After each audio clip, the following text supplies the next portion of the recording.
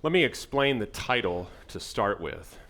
One is this phrase with which you're probably familiar, not actually coined by Pat Buchanan, but made famous by Pat Buchanan, and that is a culture war. 30 years ago, a sociologist named James Davison Hunter wrote a book called Culture Wars, in which he tried to explain what had occurred in the United States of America in roughly the 30 years between the early 1960s, when it felt like we were still in the 1950s, and his own time. 1991 is when the book was published. And he identified the changes in America as not actually primarily economic in terms of industry moving out of the Northeast and the Midwest, not primarily demographic in the enormous numbers of people that we now had, especially in a city like Houston would have grown enormously over that time, but that the changes in the United States were really about what were called, sometimes dismissively, cultural issues, therefore somehow not hard or not as real as levels of taxation. And they were things like the permission, or then later the legalization, then after that, the approval of marriage by homosexuals. They were things like the permission, tacit, and then the explicit legalization, I think first by Ronald Reagan in California, it could have been in New York, by Nelson Rockefeller, the legalization of abortion, and then Roe v. Wade after that. These things that energized enormous numbers of Christians, especially starting in the 1970s. And along that same time, and Dr. Korchak mentioned some of these folks yesterday, but I think there's a lot more to be said about the growth, not just of classical education, but also of homeschooling, which was relatively unheard of in 1961, but by 1991 was a fairly enormous thing, at least in certain demographics. That these wars were the main things being fought in modern America. They were things about which people voted, but I'm not really talking, nor was James Davison Hunter talking primarily about electoral politics, who gets elected to do what or say what, or because he said what.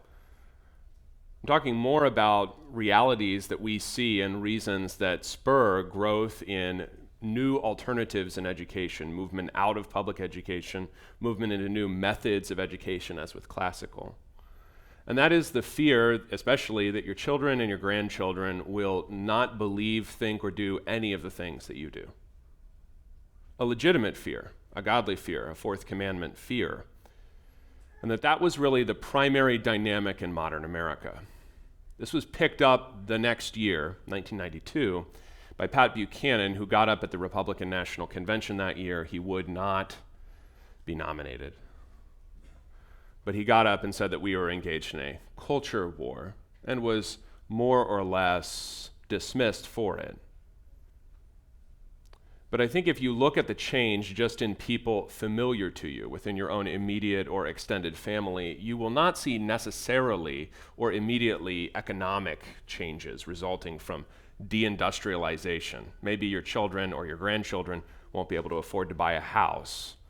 But more immediately, you can see massive change over generations in what people think and how they are and what they spend their time doing and caring about. And that change moves in all kinds of directions. Almost nobody was advocating classical Lutheran education as such back when James Davison Hunter wrote that. Very few. In addition to lots of other things that have now grown, for good and for bad. Culture wars. The other term is kind of a sort of a fun one, and it comes from a science fiction novel called The Forever War, which is written around the time of Vietnam by a guy named Joe Haldeman. If you like Starship Troopers, this is Starship Troopers, but more like the movie Platoon or something. It's sort of depressing but great at the same time. That's the Forever War, and it's about, is setting in outer space, this problem of being sent into a war that never ends. It's a term that was picked up in DC circles in the early 2000s to begin to describe why in, say, 2006 we were still in Afghanistan, or why in 2010 we were still in Iraq. So it's a term that kind of moved out of sci-fi and moved into discourse about things that never end. And the problem with things that never end is what they do to the people who are expected to go into combat. In the novel, William Mandela is sent into a war that has lasted at that point for a millennium. He's far away from home, doesn't know why he's there, is excelling in combat, but very, very, very little motivated to continue excelling and wants to go home, but knows that when he does, he will not be understood. When you're asking people to enter into a forever war, you're asking them to continue believing and caring and striving for and about something that has become unclear with time. Even the battles being fought inside the churches or in politics or in culture or media in 1991 are not the ones that we are fighting now.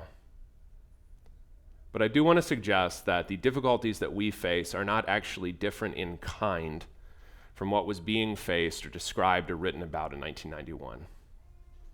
And if you want some confirmation of this, either go back to public school in the 1990s and you will find a lot of the same narratives you find now, simply less explicitly. Go back and look at certain media from the 70s, 80s, and 90s, things that were very popular, but promulgated a certain idea about the fundamental evils of America and of its historic population that you will now find simply much more explicitly and constantly in the media and in the news. It is, in fact, a forever war. It's always been there. And not just a war that is framed in explicit cultural or political terms, especially since the 1960s, but it is a forever war to keep Lutheran schools going in a place where we are neither the state church, that would be public education, nor even well understood. And there have been times and places in which Lutheran schooling was under threat of being outlawed. You have to teach in English, or private schooling in Oregon provisionally, but then overturned by the Supreme Court in 1926. Private schooling should be illegal. When I look at the past, I don't see so much a collection of sort of strange objects to be studied. I find instead it's like a stream at which I find various sources and it tumbles down toward me. And as it comes toward me, it grows in power. And there are rocks that it has to cross, and there are barriers to its passage, but it's coming.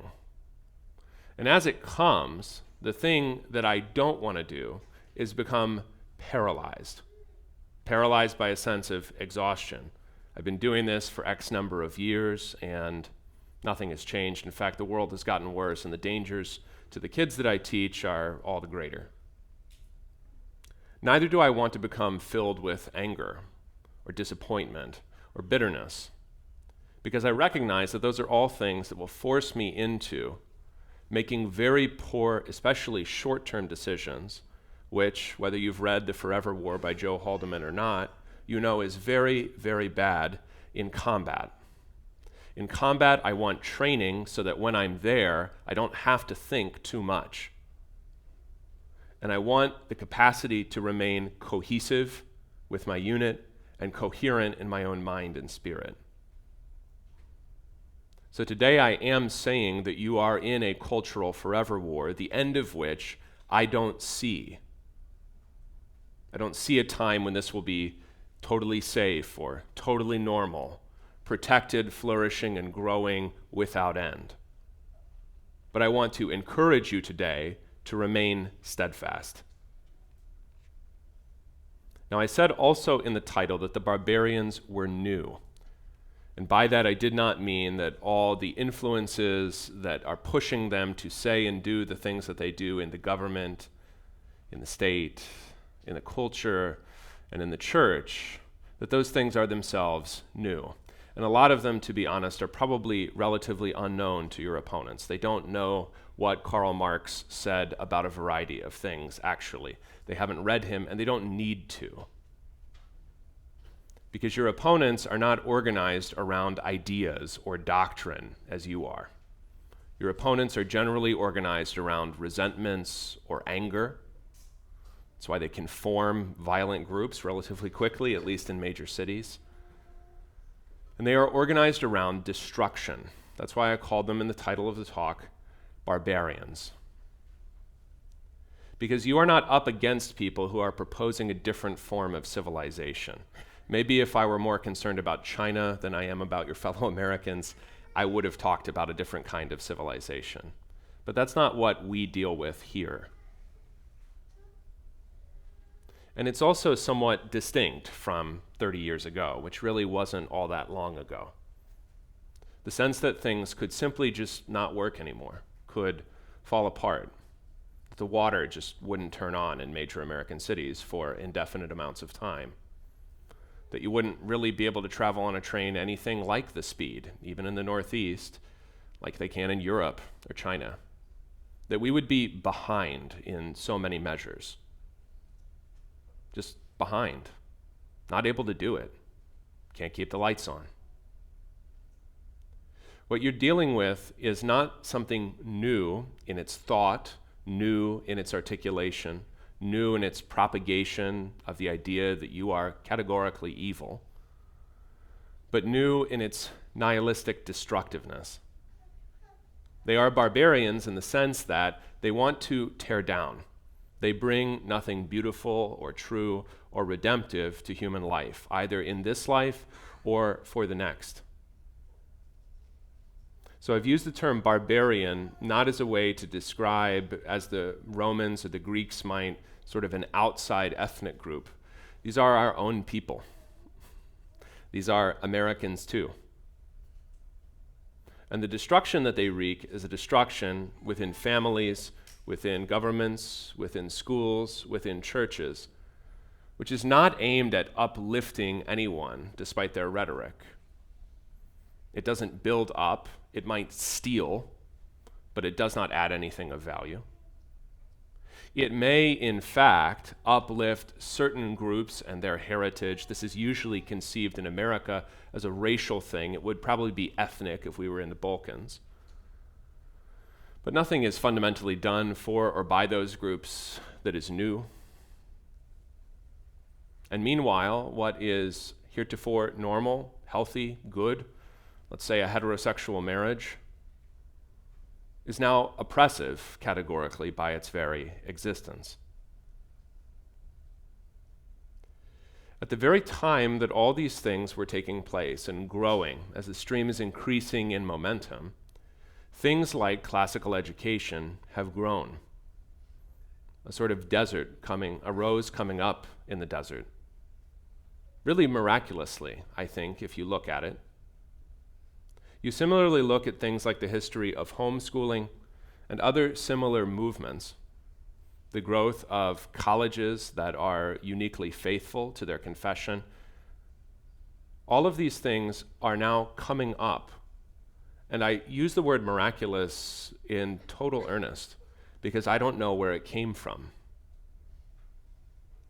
I know the people involved. I know how much work goes into it. But the impetus for it is really rather amazing. That in the midst of so much headwind, so much momentum in the other direction, that something would actually push back, and not just push back, but also grow and even flourish. A great difficulty that I've found very often in churches, especially congregations, is the affliction of nostalgia. Nostalgia for something that unfortunately some people are old enough to remember, which is the most churched time in American history, before the 1950s or since the 1950s.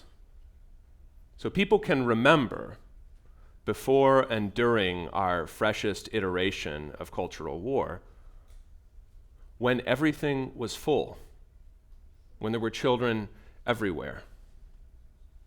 Sort of unfortunately for us, those churches are actually fuller than they were in the 1920s, and the divorce rate was lower in the 1950s than in the 1920s. So nobody really remembers a time slightly more like our own, which was 100 years ago. Some can remember a time very much unlike our own, which was 70 or 60 years ago. And in remembering that, they get trapped in that. And they're prone to tell themselves falsehoods. Many congregations die remembering the time when they were full and doing nothing to make the building full once again. And this is very much the case also with the Lutheran school, let me say, system. Not any one particular school, but the way of filling up the schools with teachers and then administering them as a system. It was only after the Second World War that things like Lutheran high schools came into being in a big way outside a very small number of Midwestern cities. It was only after World War II that it was somewhat normal, once again, to start a school and people would show up and then a congregation would be built on top of the school. All of that is within the living memory of generally the most elderly members of our congregations. And there's something that is wonderful about that because it is inspirational in its own way. The amount of energy and time that was poured into building something. But the times were so different and the influences so absolutely different. Go back and look at The Lone Ranger or Leave It to Beaver. The forms of mass media degrading as everyone receiving the same message from the same screen is, and we now know that, don't we? The forms of mass media were in their own way much more conducive to the life and the proclamation of the church in their own mediocre way. Yes, they were mediocre, but their own mediocre way than what is now commonly taken in by your average 10-year-old. So if we can remember that, it is very tempting to try to get back to that. I think partly because they did not have quite such a similar time, partly because they do not have the denominational weight and inertia that the Lutheran Church Missouri Synod has, Reformed folks who are in many ways the pioneers of many of these movements will try to go back even farther and then construct a certain version of especially the 19th century, finding there a sort of non-denominational Christian school, not really teaching Greek or Latin, but good enough, and try to get back to that. I find even nostalgia, even for things they did not experience among my youngest students at the seminary. They could be 24 and they are nostalgic for the 1950s. And there's a sense in which there's nothing bad about it categorically. It can be especially aesthetically inspiring, can stir up things in people, images, music, even film. Change people's sense of what is possible or real or what a gathering of human beings could look like, whether in a school or a church or anywhere. But if we remain in nostalgia, then I believe we will also die in nostalgia. And the barbarians will find us completely unready. Because no one obsessed by nostalgia, looking at the medals he once received in combat, is actually able to continue in combat. He's instead possessed by something that will overwhelm him and overtake him, living as it were in a kind of a dream, hoping that by some means he can get back to that time travel, the wave of a hand, the snap of fingers. And when he gets back there, then he won't have to worry anymore about all the things flooding in on him. You can hear folks possessed by nostalgia, absolutely possessed by it, because they simultaneously will talk about how great things used to be and speak in incredibly bleak and despairing ways about the future, even if they have grandchildren. Talk about how bad everything is going to be, how bad things are getting. And they'll often use words for our opponents in church and state that appeal to some standard of common sense no one recognizes anymore. Look at these crazy people. Nobody thinks they're crazy anymore. You're not allowed to say that they have a mental illness. And possessed by nostalgia, they're not really ready to build. Because I cannot build anything out of the sheer sense that the past was wonderful and I'd like to get back.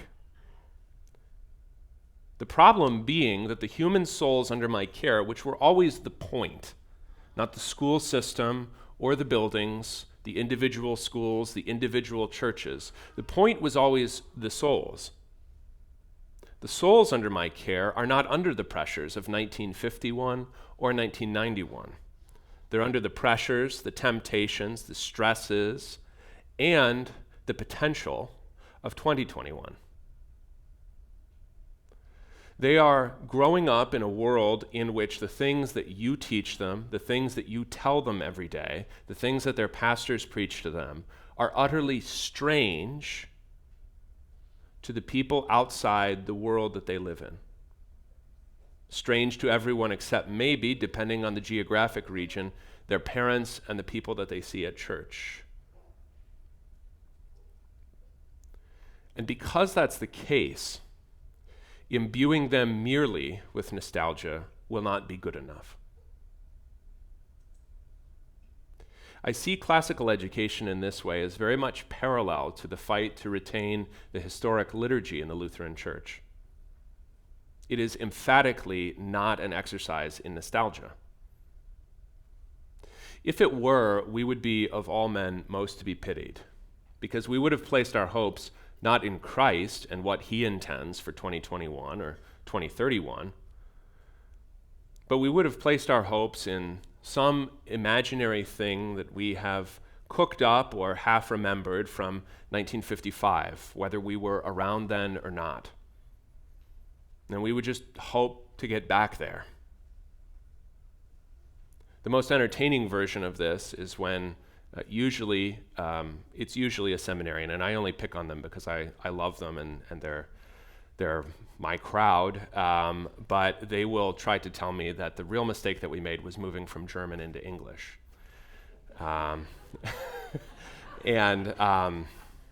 There's part of that I think is right, but the problem is we just didn't have a choice because we continued existing in America. You know, for better or worse, we kept being here, and so we couldn't hold on to German entirely. But that is to be possessed by nostalgia. And in that case, it's kind of funny. In other cases, it could be destructive. So let me spell this out a little bit more with the parallel between the liturgy and education. That is that in both the liturgy and education, we recognize as evangelical Lutherans that forms are not commanded by God. We recognize that certain ceremonies or lack of ceremonies are not commanded by God. But both the propagation and the extension of the historic evangelical Lutheran liturgy, as also of classical education, are matters of wisdom. They rely on people's capacities to calmly assess what is best, not only or sole, not do this and you'll get into heaven, but best, wisest, most upbuilding, most edifying for the church, most beneficial for souls. And it is remarkable the degree to which these things prevail, especially among all younger Lutherans whom I meet. And I don't think that that is accidental. That when you tell them or you show them the historic liturgy, you tell them or you show them something about classical education, the reason it is immediately appealing is simply because it is unlike everything else. It doesn't need screens. It indoctrinates in actually a far more subtle way than what the media tries to do to you. Much less in your face and obvious and condescending than Netflix is when it wants to get a political point through to you. It is subtle and beautiful and rich, and we didn't think of it in this generation. And it is not, therefore, merely or even mostly nostalgic. It is hopeful and upbuilding, and I speak both of the historic liturgy and of classical education. And the reason that it is hopeful and upbuilding is because it relies upon memory. Memory is the very thing that is being effaced by the barbarians. There's a phrase for that process of effacement, of abolition, we would say now canceling, but it's deeper than that was not actually thought up by the Romans, but was used by scholars in the 17th century to describe what the Romans would do when someone would fall into political disfavor, maybe after his death especially. And then images of him would be taken out of the public place. They would be scratched out, the little tiles in the mosaic chipped away. His statues would be knocked down and crushed.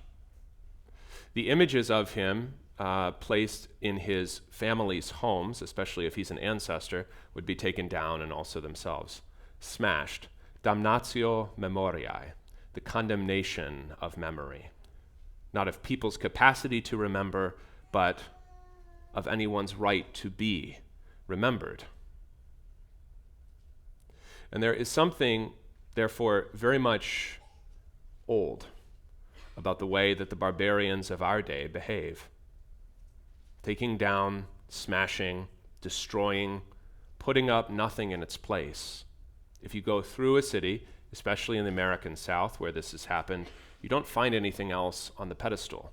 They don't have someone to put up there. So it is replaced with nothing. And no one stops and says calmly, well, there was a consensus in this case about the American Civil War made between the North and the South after the war, that it was in fact a civil war between brothers, and so we came to a certain understanding that we needed to go on living together as Americans, and therefore the Confederates could erect these monuments in memory of their ancestors because it was an honorable cause, even if it was something upon which we disagreed. There is no calm discussion. They are not civilized people. They do not discuss. They do not seek wisdom. They want agreement, or they want to establish that you are an enemy. And when they destroy, therefore, they have nothing to put up in its place. Damnatio memoriae.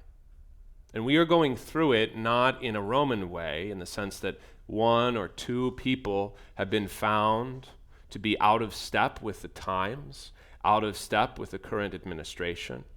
We are going through it in massive groups.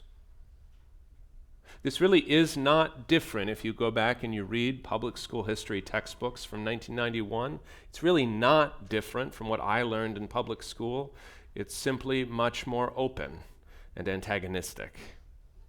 Narratives of white guilt and America's original sin were always there. Now they're just much more explicitly in, as in the 1619 Project, much more explicit theological terms. That's the difference. The theology has become far more open than it used to be. So what to do? Classical education is a recovery of memory. And if you know anything about the Greek myths, you know who memory, Mnemosyne, was. She was the mother of the Muses. The Muses being the sort of graces or goddesses that cover all the useful and beautiful arts. Chief among those, Calliope, who inspires both epic poets and historians, importantly. That Mnemosyne's existence, or in a certain place, if once gone, her return, would mean that a place would have capacities for expression, for beauty, for building, for rebuilding, that they would never otherwise have. And I think one way to explain the difference between classical education and alternatives, private or public, is to talk about how memory is and can be cultivated uniquely. That the pedagogy is all about the filling of memory. Not merely, although I do think this really cannot be neglected, and it's something that was really good about American public education in the 19th century, also with dates and things you just have to know. Something happened in 1066 and it didn't happen in 1067, and you just have to know that. That knowledge of specific dates, times, and people, that James Buchanan comes before Grover Cleveland, if you're trying to tally up your conservative Democrats of American history, is good to know. James Buchanan the only president from Pennsylvania. It's a state of underperformers. I say that as a native, so. And here I am, underperforming, so. You just have to know certain things. And there was a time when American public education required that also of its students. But that is an exercise for memory to build upon. There was a remarkable recovery of memory chronicled a long time ago. I think in the 1940s this book came out by Francis Yates called The Art of Memory, about the Renaissance. And you'll find this both with the 12th century Renaissance as well as with the 15th and 16th century Renaissance, that you get among the people discovering new things, discovering things that have long been hidden away, not read for a long time, not commented upon, not utilized. You will find in them a capacity to remember that is remarkable. Not only to remember a past heretofore hidden to them for any variety of reasons, the collapse of the Western Roman Empire, or after the fall of Byzantium, the influx of Greek texts and Greek scholars into the West. But memory is what can utilize those things, do with masses of information. And it is remarkable living in 2021 to go back and read someone from the Middle Ages, the deep Middle Ages, saying, there's too much information. There are too many texts. There's too much to read. That you can have the capacity, memory gives you that capacity to use information. That education is not therefore just the conveyance of a certain amount of information. In our sense, the temptation greatest in our circles, the conveyance of enough Lutheran doctrine so that they stay Lutheran. But it is memory's usage of what is given, memory's uptake of what is given, which is then expressed in the beauty of rhetoric, the beauty of poetry, the beauty of history, the beauty also of music and astronomy and all the other muses, with memory being key to it. And this is so distinctive at this point that it's really hard to express the difference between classical education and other forms better. Because almost any other form of education is now utilizing both technologies that inhibit memory. You just can't remember from the screen what you can from the book or what you heard. You just can't. But also, classical education pushes against the barbaric tendency to expunge the past. I learned almost nothing about the American past until I stopped having to go to a class called American History. Then I learned about George Rogers Clark and the young George Washington before the Revolution, opening up the Trans-Appalachian West. I learned about lots of figures and life that I had never been told about, because all I needed to know was that there were some documents written and people didn't obey them. Then we killed each other. Then the slaves were free. Then we fought the Second World War. Does that sound right to you? You just want to make sure at any one of those times you're on the right side. That was history. I had to go into other things and other texts and find things written years and years and years ago in order to find anything that memory could use or profit from. The way when Plutarch wants to sum up Greek and Roman history and say what is of relatively greater value and what was good about this man and bad about this man and what they had in common that was a vice, he had to dig. He had to write. He had to explain in eloquent and clear terms who someone was. Not trying to set down his own opinion of how things should have gone, or providing some overarching narrative of everything that history has meant, but instead exercising memory through research, through writing, through speaking. This will be enormously, as it is even now for your students, distinctive. So cultivate it. Let them have wonderful memories. They start out with memories far better than anyone's in this room. If you let that gift be utilized, especially when they're young, it will be enormously profitable to them when they are older. And it will give them the capacity to make decisions also within the church, which are decisions of wisdom, not doctrinally cut and dried. Did Divine Service 3 fall down from heaven? Well, it didn't, so we don't have to use it. They'll be able to make decisions of wisdom because they will have memories, resources there for them. And what will this mean for the future? It is why I am, above all things, sanguine, not just about classical education, but about the future of the church in the United States of America, whether or not they remain united. And I am sanguine for at least 3 reasons that have to do with memory's exercise, with its reign among us and its growth among us.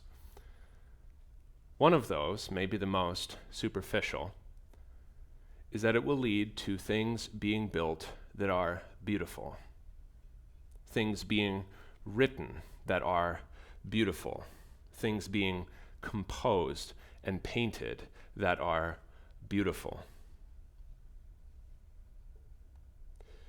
My own personal indulgence in nostalgia is to go back and look at expositions which many American cities had in the late 19th and very early 20th century, and to see the buildings that they built, most of which were temporary, and how the people dressed in public when they went out. And it was wonderful.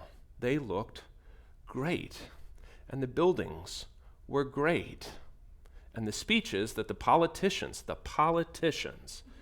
gave to average people, if you read something like the Lincoln and Douglas debates followed by farmers in central Illinois, were complex and literate and involved. And Americans had major political issues such as, should we be only on the gold standard, or should we be bimetallic, or do we favor paper money? This was a big issue, especially in 1896. We debated it. Normal people debated these things. This is not for me an exercise in nostalgia. I can't go back to 1896 or to the Centennial Exposition in Fairmount Park in Philadelphia in 1876, although I wish that I could. These things are rather inspiring, because memory can accomplish this. Like Jefferson getting plans all the way over in the woods of Virginia, not even the settled part, to build classical buildings. Figuring out by himself what was meant and how he can make something that looks a lot like what exists in Venice or Naples, and accomplishing it. Planning, constructing, and building anew and beautiful. So by memory, I mean both your students' capacity to have and exercise memory on the individual level, and collectively, the preservation and the building of what is beautiful, what is immediately seen to be beautiful. For the very same reason that most of the pastors in the room have had a call from someone that goes to a not very beautiful church so that they can get married in your church, which actually, quote, over and over again, I've heard this, looks like a church. Beautiful. Memory can do that. Memory can also exercise something that I think is fairly infrequently exercised in modern America, and that is oratory. The end goal for the Roman of his liberal education is so that he can have a public life. And it is not just the American system of government, so obviously patterned according to memory on Greek and Roman predecessors.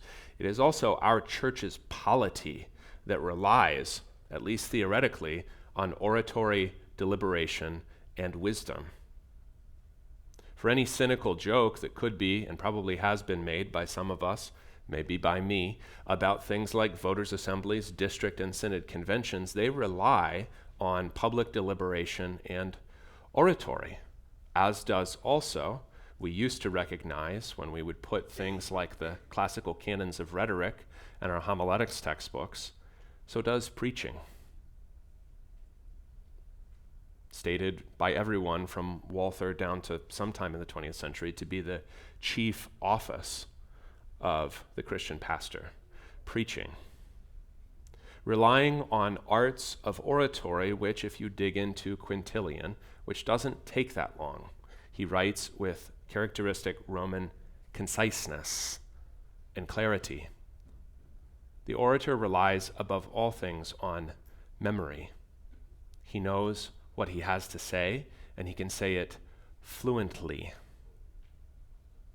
So that in opposition to the stream coming down, pouring toward you, terrifying you, what's going to come next? Will everything be swept away? You have a spring welling up from memory. Fresh, delightful, flowing in a different direction. Fluently. An oratory is nourished by memory.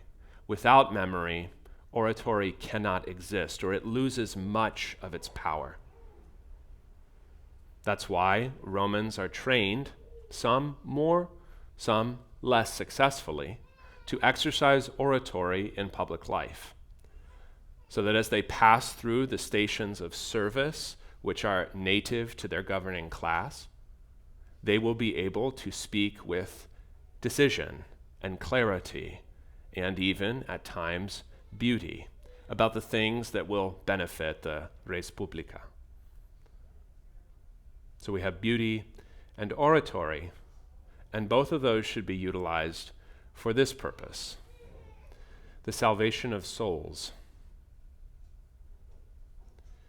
Classical education exists for the same reason that our church body was, at least historically, certainly down to the 1950s, fervent in an unusual way among American churches in evangelism. Classical education exists because human souls exist, and certain of them have, by God's grace, been entrusted to us. Those we educate in Lutheran schools, whether congregational schools or home schools. The souls that are not yet in our care, wandering around in the wasteland, having no memory of anything, really, not knowing where they come from, except sometimes to know that it was evil, having no idea of where they're going, having been given no sense of meaning in life except physical and material, merely animal satisfaction. They have no sense of beauty. They have no sense of clarity or purpose. The proclamation of the gospel, both publicly by the ministers of the gospel and privately by every Christian, can utilize memory to proclaim meaning and purpose and clarity and the beauty of Christ to an always increasing number of souls who are completely lost. And I say that as one who was. So what you do is amazing.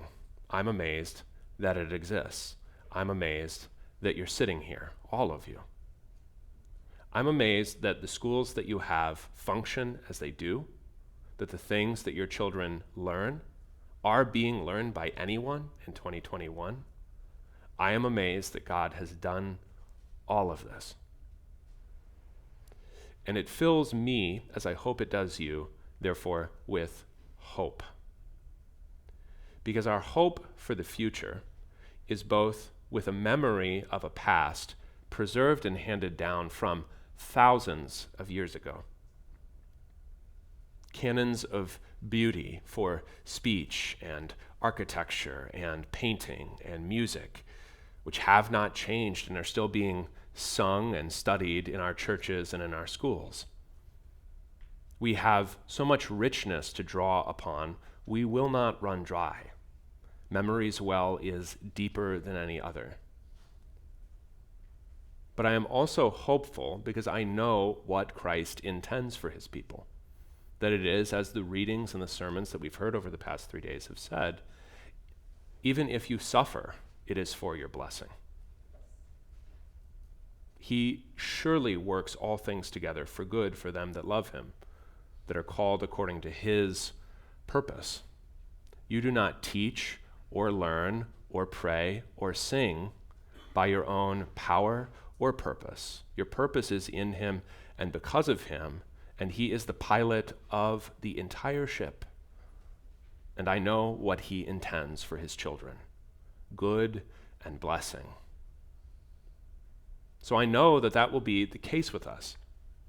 I do not know what will be asked of us in our time, what battles we will fight, what positions we will have to hold, what ridges we will have to take, what fortresses will have to be built, how many more will be built, how many more people will be at this conference in 5 years than today. I do not know any of that, but I am hopeful concerning all of it because I know that he knows and that his purposes are good and gracious. I know too that the barbarians do not prevail. And Augustine said something very similar when the Western Roman Empire was coming to an end. That certain things had been built up around idolatry, giving people a sense of pointlessness, with many social and theological ills inside and outside the church at his time, very similar to our own day. Enormous confusion, even about the most very basic things, shameful things done especially by the emperors and the governing class. The city of man will fall. It does not have memory's resources. It does not have Christ. It cannot prevail, and it won't. What God builds does and shall. There's no other way about it. All flesh will finally prove, no matter how powerful, influential, no matter how many super PACs flesh currently possesses or donates to, no matter how many institutions flesh has taken over in the past 50 years or 100 years of American history, flesh will fade like the grass. It will go away. And some of that will be very painful for us too, but that will be to our good, disciplining us like an athlete. Since the Father loves us, he will discipline us, because we are truly his sons. But the word of the Lord, on which you stake your doctrine, the operation of your schools, the life of your homes, the word of the Lord endures forever. It's not simply a slogan, although it is that too, and that's good. It is a truth. And therefore we will find it at long last, when the forever war is over, to be, as every word of God is, proven true. Thank you.